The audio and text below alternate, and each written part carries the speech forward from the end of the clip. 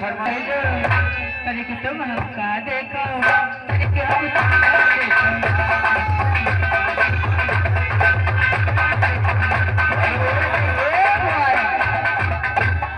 उनकी फरमाइश के लिए फिल्म सौतन की बेटी से कहा थे आप जमाने के बाद आए सुनाओ।